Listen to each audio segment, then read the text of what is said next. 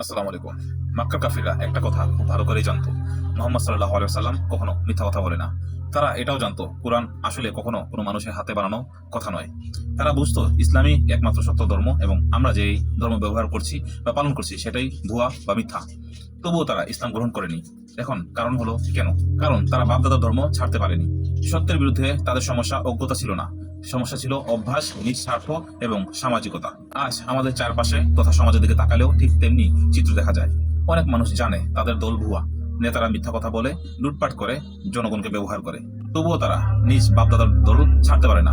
এখানেও সমস্যা না জানা নয়, সমস্যা হলো মানসিক দাসত্ব। যে দলকে বছরের পর বছর বুকে ধারণ করে আগলে রেখেছে, যে পরিচয় দিয়ে নিজেকে চিনিয়েছে, সেটা ভুল প্রমাণিত হলেও ছাড়তে কষ্ট হয়। মক্কার কাফিররা যেভাবে নিজ ধর্ম অসত্য জেনেও ছাড়তে পারেনি, আজ অনেক মানুষ তেমনি সত্য জেনেও মিথ্যার বাসে দাঁড়ায়, সত্যকে মেনে নিতে কষ্ট হয়। কিন্তু ইতিহাস এখানেই একটি নিখুঁত শিক্ষা দেয়, সত্য জানাই যথেষ্ট নয়, বরং সত্যের পক্ষে দাঁড়ানোর সাহস করাই মানুষকে অন্যদের থেকে আলাদা করে তোলে। অতএব আপনি কোন দলে? যারা সত্য জেনে বদলায়, নাকি যারা সত্য জেনেও চুপ করে বসে থাকে?